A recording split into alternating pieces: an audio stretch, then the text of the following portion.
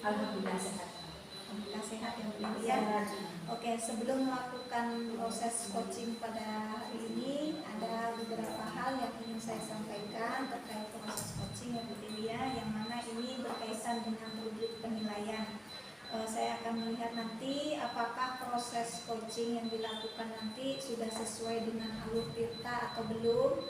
Kemudian bagaimana Bu Dewi mengajukan pertanyaan-pertanyaan yang berbobot kepada coach, dan bagaimana coach nanti menanggapi pertanyaan-pertanyaan yang diajukan oleh Bu Dewi. Kemudian jangan lupa dalam proses coaching nanti sesuai dengan prinsip kemitraan, kemudian proses kreatif dan memaksimalkan potensi. Oke Bu Dewi, izinkan saya mengajukan beberapa pertanyaan berkaitan dengan proses coaching yang akan dilakukan nanti. Yang pertama, apa kompetensi coaching yang ingin Bu Dewi kembangkan pada hari ini? Baik, terima kasih Bu Arum pertanyaannya. Yang pertama, kompetensi coaching yang ingin saya kembangkan adalah kesadaran penuh. Artinya dari kesadaran penuh ini saya dapat fokus memahami problem yang telah dialami oleh coach saya. Kemudian yang kedua, mendengarkan dengan aktif apa yang menjadi keluhan dari coach saya. Yang ketiga, keterampilan saya dalam menggali pertanyaan yang berbobot kepada coach saya. Oke, jadi ada 3 kompetensi yang ingin Bu Dewi kembangkan pada proses coaching nanti ya Bu Dewi ya. Betul. Kemudian ini kompetensi yang mana yang ingin Bu Dewi kembangkan secara spesifik pada proses coaching nanti Bu Dewi? Oke Bu Arum, kalau terkait pengembangan kompetensi secara spesifik setelah saya nanti melalui saya dapat memahami problem coach saya, kemudian apa yang menjadi keluhannya, yang ingin saya kembangkan adalah bagaimana keterampilan saya untuk menggali, mengeksplor apa yang menjadi keluhan-keluhan dari coach saya di Arum, supaya coach saya ini nanti tentunya dapat menemukan solusi dari permasalahannya, kemudian tentunya mencapai tujuan yang beliau harapkan. Oke, terima kasih atas jawabannya Bu Dewi ya. Kemudian ini ada pertanyaan terakhir ini Bu Dewi. Indikator yang bagaimana yang Ibu inginkan dalam proses coaching kali ini? Tentunya indikator yang sangat saya harapkan dari proses coaching adalah nanti bagaimana coach saya dapat menemukan solusi dari problem kita. Oke, terima kasih Bu Dewi ya. Demikianlah observasi kita pada kesempatan kali ini. Silakan Bu Dewi bisa melakukan proses coaching dengan coachingnya. Mudah-mudahan nanti proses coachingnya bisa berjalan dengan lancar ya Bu Dewi ya. Terima kasih atas waktunya Bu Dewi ya. Sama-sama Bu Ari. Assalamualaikum. Waalaikumsalam. Oke, assalamualaikum Bu Eno. Waalaikumsalam Ibu.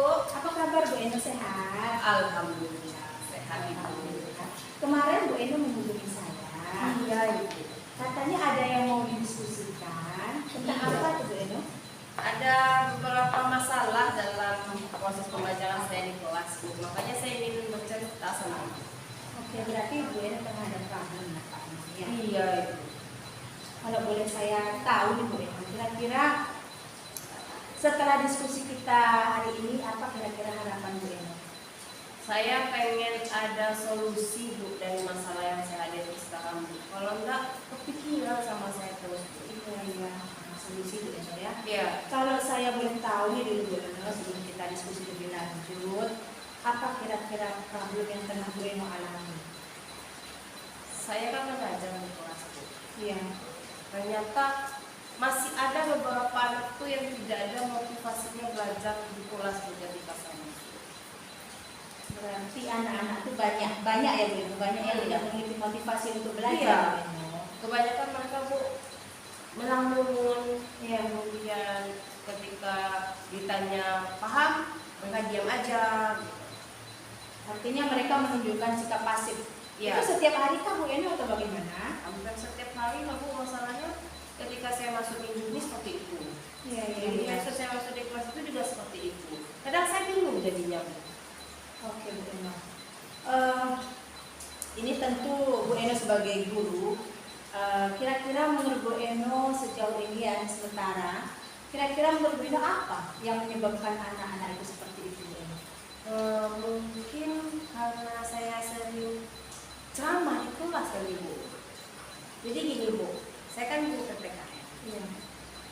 apalagi ngajar di SMA. Materi PPKN itu kan banyak dan itu semua hafalan. Jadi setiap saya baru masuk, Assalamualaikum Anda, hari ini kita baca ini, kemudian saya jelaskan contoh sila-sila ini, contoh sikap yang seperti sila ini, ya gitu. Tapi ketika saya paham kalian, mereka banyak diam. Kemudian kadang ada melamun, dia ngeliatin saya, tapi ketika saya tanya dia diam aja. Berarti memang tidak ada keinginan belajar sepertinya. Tidak ada keinginan, tidak ada motivasi Bu Eno ya. Artinya apakah setiap kali pertemuan Bu Eno selalu menggunakan metode ceramah Bu Eno? Iya Bu, kan namanya materi PPKN banyak Bu. Jadi memang harus ceramah supaya anak paham. Ya, oke. Karena materi yang begitu padat ya. Oke, Bu Eno. Jadi kira-kira sementara itu penyebabnya Bu Eno ya? Iya, kalau Penyebabnya karena Bu Eno sering ceramah Bu Eno ya? iya. Kalau saya boleh tahu Bu Eno, sejauh ini pernah tidak Bu Eno sudah melakukan solusi dari problem yang tengah Bu Eno alami? Oh, pernah sih Bu, tapi itu sesekali Bu. Dulu pernah saya tayangkan video Bu di kelas terkait contoh pelaksanaan sila-sila Pancasila. Oh, Bu nonton semuanya, Bu fokus lihat video. Ada motivasinya Bu. Tapi ketika saya mulai ceramah lagi, baiklah Ananda, ini contoh sila ini juga. Diam lagi. Itu kayaknya Bu. Sepertinya saya harus menggunakan berbagai macam media Bu, tidak hanya ceramah saja. Iya, berarti di situ udah jelas penyebabnya karena Ibu menggunakan metode ceramah ya Bu. Iya. Ketika Bu Eno menggunakan media, anak-anak kan kembali termotivasi ya Bu. Oke. Oke Bu. Ini kan kita sudah ketahui tuh apa yang menjadi penyebab utama dari permasalahan ini. Kira-kira nih Bu Eno, ada tidak Bu Eno punya rencana untuk memperbaiki pembelajaran Bu Eno agar anak-anak nanti termotivasi dalam belajar PKN ini? Kayaknya saya mulai rajin deh Bu menggunakan metode-metode lain. Pernah saya lihat di video di YouTube Bu, adanya SBQ dulu, siap melaksanakan SBQ, anak-anak semangat lagi. Iya. Kemudian metodenya tidak ceramah saja saya pakai lagi Bu, berarti adanya penayangan video. Karena waktu saya penayangan video maka fokus melihat ini ternyata contoh sikap yang real.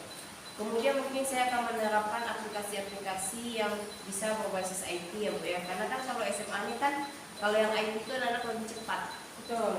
Jadi memanfaatkan media-media seperti itu membuat anak-anak lebih aktif lagi. Kemudian mungkin saya juga akan mendownload dan belajar kepada teman-teman saya, kemudian para senior, ataupun mencari info di Google ataupun di YouTube terkait dengan penggunaan metode-metode pembelajaran yang meningkatkan motivasi anak. Jadi tidak hanya ceramah saja. Oke Bu Eno, sepertinya upaya-upaya yang akan Bu Eno lakukan ke depan ini kan sudah tepat Bu Eno ya. Jadi Bu Eno akan menggunakan media berbasis IT, menggunakan berbagai media yang bervariasi kan begitu Bu Eno. Kira-kira Bu Eno alternatif lain, misalkan hal itu apakah hal itu sudah Ibu rasa Bu Eno sudah efektif? Bu rasa Eno itu efektif? Saya rasa itu sudah mulai efektif Bu. Cuman itu tergantung dari kondisi ya Bu ya. Berarti ketika sebelum saya masuk saya juga harus mempersiapkan kondisi anak-anak supaya mereka tetap fokus dengan apa yang kita ajarkan di kelas. Oke. Adakah mungkin alternatif lain Bu Eno? Selain media ini Bu Eno, supaya anak-anak itu aktif kan? Alternatif lainnya selain media pembelajaran apa lagi? Mungkin metode kayaknya Bu ya. Metode Bu Eno ya. Iya, dari kalau tadi kan media, berarti metode. Mungkin adanya seperti TGT Bu. Kemudian atau role playing, jadi saya suruh anak-anak tuh mempraktekkan secara langsung. Contoh gimana sih sila pertama dipraktekkan secara langsung di kelas. Berarti kan anak-anak untuk aktif lah di dalam kelas. Jadi bermain sambil belajar. Oke, jadi selain media, menurut Eno metode yang bervariasi. Mungkin kalau saya boleh saran juga bisa dengan model pembelajaran yang bervariasi ya Bu. Iya. Model pembelajaran yang tepat untuk mengaktifkan siswa dan belajar.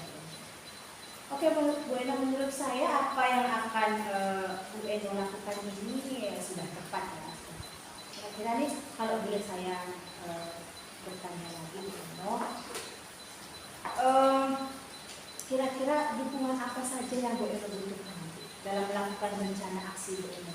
Kalau dukungan pasti membuka banyak orang yang ya. Pertama pasti harus dukungan dari diri sendiri. Betul. Motivasi saya itu harus kuat untuk merubah mindset dari yang ceramah itu bagus dengan metode-metode yang bervariasi. Kemudian dukungan dari kepala sekolah, struktur sekolah seperti wakil, tenaga kependidikan.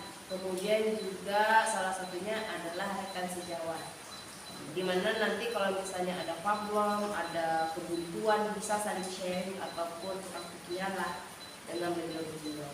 Oke, artinya Bu Ena kan butuh berkolaborasi dengan rekan sejawat, mungkin juga berkoordinasi dengan kepala sekolah. Mungkin kalau kita menggunakan media, itu kan yang sifatnya IT atau segala macam, itu kan kita butuh sarana prasarana gitu ya. Mungkin mana yang belum lengkap, kalau kita berkoordinasi dengan kepala sekolah, barangkali kita bisa mendapatkan solusi dari apa yang kita butuhkan Bu Ena ya. Kemudian dengan berkolaborasi tentu itu hal yang tidak boleh kita tinggalkan Bu Ena ya. Oke Bu Eno. Bu Eno, yang ingin saya tanyakan lagi Bu Eno, untuk mengupayakan, ini Bu Eno sedang berusaha untuk mencapai tujuan Bu Eno supaya bagaimana anak-anak ini nanti dapat aktif kembali dalam belajar. Itu kan bukan sesuatu hal yang mudah dan tidak bisa dicapai secara spontan, secara instan, mungkin perlu tahapan. Tentu di situ kita perlu komitmen Bu Eno ya. Saya ingin tahu di sini bagaimana kira-kira Bu Eno membangun komitmen, terutama komitmen terhadap diri sendiri, tidak hanya terhadap diri sendiri juga Bu Eno ya, komitmen dengan pihak-pihak terkait. Bagaimana kira-kira Bu Eno? Nanti komitmen itu tentunya akan dapat Bu Eno gunakan sebagai langkah Bu Eno mencapai tujuan Bu Eno. Yang pertama, komitmen yang saya lakukan adalah saya harus konsisten. Jadi dalam diri saya tuh harus ada nilai konsisten. Contoh, dari awal saya sudah seperti itu, harus sampai akhir juga seperti itu. Jangan nanti pas di tengah jalan berubah, tiba-tiba saya tidak melakukan seperti itu. Kemudian setiap apa yang kalau terkait dengan orang lain, berarti kan kalau sudah biasa sharing atau berbagi pengalaman dengan teman-teman, berarti itu juga sebagai masukan untuk saya. Seandainya teman-teman mengkritik saya, Bu, masukan ini ya Bu ya, Bu salah seperti ini ya Bu ya, saya harus mempunyai sifat legowo atau menerima masukan-masukan dari orang. Termasuk saya juga harus bertanggung jawab dengan apa yang saya pinjam atau saya gunakan untuk pelaksanaan pembelajaran saya. Seperti kalau sudah selesai infokus saya pinjam, saya kembalikan lagi kepada tenaga pendidiknya. Atau mau memakai labor, saya izin dulu kepada wakil sarana, seperti itu. Oke, jadi komitmennya itu menerima umpan balik kalau dengan sejawat Bu Eno ya. Kemudian kita tentu kalau menggunakan sarana prasarana tentu kita bertanggung jawab ya. Bagaimanapun sarana prasarana sekolah itu kita punya tanggung jawab untuk menjaga dan merawatnya Bu Eno. Iya Ibu. Nah Bu Eno, ini kan Bu Eno sudah bicara panjang lebar ini tentang upaya-upaya yang akan Bu Eno lakukan. Kira-kira kapan nih Bu Eno akan merealisasikannya Bu Eno? Kalau untuk merealisasikannya Bu, kalau bisa secepatnya Bu. Jadi nanti pulang dari sini kan sudah dapat solusi nih Bu dari diskusi kita. Saya sudah menemukan solusi. Berarti pulang dari sini kalau dapat saya lakukan apa yang telah saya bicarakan tadi Bu. Mulailah saya lihat di YouTube, mulai saya pelajari. Besok ketika saya masuk kelas, secepatnya saya praktekkan apa yang saya dapatkan dari upgrade diri saya terhadap pembelajaran ini. Oke Bu Eno, jadi artinya kalau kita punya rencana itu lebih cepat lebih bagus ya Bu Eno. Iya. Karena kan dengan begitu kan kita bisa memanfaatkan waktu supaya memang permasalahan kita ini cepat segera kita temukan solusinya kan begitu ya Bu Eno. Kita tidak terlalu lama berlarut-larut dengan problem di kelas kita gitu ya Bu Eno ya. Oke Bu Eno, terima kasih Bu Eno. Jadi kalau saya dengar dari penjelasan yang sudah Bu Eno ceritakan tadi, langkah-langkahnya menurut saya sudah tepat apa yang Bu Eno akan lakukan ini. Yang ingin saya tanyakan lagi Bu Eno, kira-kira apa yang Bu Eno inginkan dan tindak lanjut dari diskusi kita hari ini? Kalau tindak lanjutnya berarti Bu, bagaimana saya benar-benar menerapkan proses pembelajaran yang bisa menyenangkan dan meningkatkan motivasi dari siswa. Berarti kan saya dapat solusi dari permasalahan yang saya hadapi.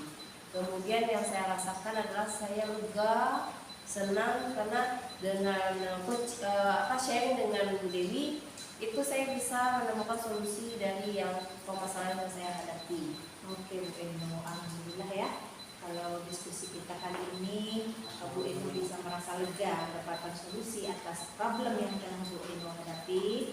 Mudah-mudahan apa yang akan Bu Eno upayakan ini akan menjadi langkah yang efektif untuk melakukan perubahan ke depan.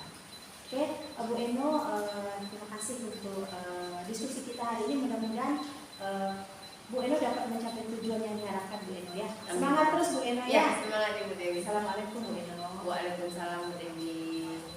Assalamualaikum Bu Dewi. Waalaikumsalam Bu Arum. Bagaimana kabarnya hari ini Bu Dewi? Alhamdulillah sehat Bu Arum. Alhamdulillah sehat ya. Di akhir pasca observasi ini saya ingin mengajukan beberapa pertanyaan terkait proses coaching tadi ya Bu Dewi ya. Yang pertama Ibu Dewi ya, apa saja yang sudah Ibu lakukan pada saat melakukan coaching terkait dengan indikator ketercapaian pengembangan yang diinginkan? Oke, terima kasih Bu Arum pertanyaannya. Pada kegiatan coaching tadi yang telah saya lakukan Bu Arum, yang pertama saya telah menerapkan metode alur kita dengan lengkap Bu Arum, dimulai dari menanyakan tujuan. Setelah itu saya melakukan identifikasi dari problem yang dialami oleh coach saya Bu Arum. Kemudian saya lanjutkan dengan menanyakan rencana aksi dari yang akan beliau lakukan. Setelah itu saya juga menanyakan komitmen, kemudian bagaimana tanggung jawab beliau terhadap upaya-upaya yang akan beliau lakukan. Selain daripada itu, tadi saya sudah menggali coach saya dengan beberapa pertanyaan berbobot, sehingga tadi menurut saya coach saya tadi telah dapat menemukan solusi dari permasalahan yang ada. Oke, terima kasih Bu Dewi ya. Kalau menurut saya juga Ibu tadi sudah melakukan proses coaching sesuai dengan alur kita. Kemudian Ibu juga sudah mengajukan pertanyaan-pertanyaan yang berbobot sehingga dapat menemukan solusi dari masalah yang dihadapi oleh coach tadi. Kemudian Ibu juga sudah melakukan proses coaching itu sesuai dengan prinsip coaching yang sebenarnya Bu Dewi ya. Terakhir ini Bu Dewi, kompetensi apa lagi yang ingin Bu Dewi kembangkan berdasarkan hasil kegiatan coaching yang barusan dilakukan? Kompetensi yang ingin terus saya kembangkan Bu Arum, pertama saya akan terus melatih keterampilan saya, bagaimana supaya saya dapat menggali coach saya melalui pertanyaan-pertanyaan yang berbobot. Kemudian tahapan alur tirta itu akan selalu diterapkan pada setiap kegiatan coaching, sehingga nanti kegiatan coaching yang dilakukan itu semakin baik ke depan. Harapan saya tentunya saya ingin menjadi coach yang lebih baik lagi ke depan untuk coach saya. Oke, terima kasih Bu Dewi ya. Semoga kedepannya Bu Dewi ini bisa melakukan proses coaching ini dengan lebih baik lagi ya Bu Dewi ya. Bisa mengajukan pertanyaan-pertanyaan yang bervariasi sehingga bisa menimbulkan kompetensi yang ada pada diri coach tersebut. Iya. Oke, terima kasih Bu Dewi. Mungkin ini yang bisa kita bahas pasca observasi ini. Mudah-mudahan kedepannya bisa lebih baik lagi. Terima kasih atas waktunya Ibu Dewi ya. Assalamualaikum. Waalaikumsalam.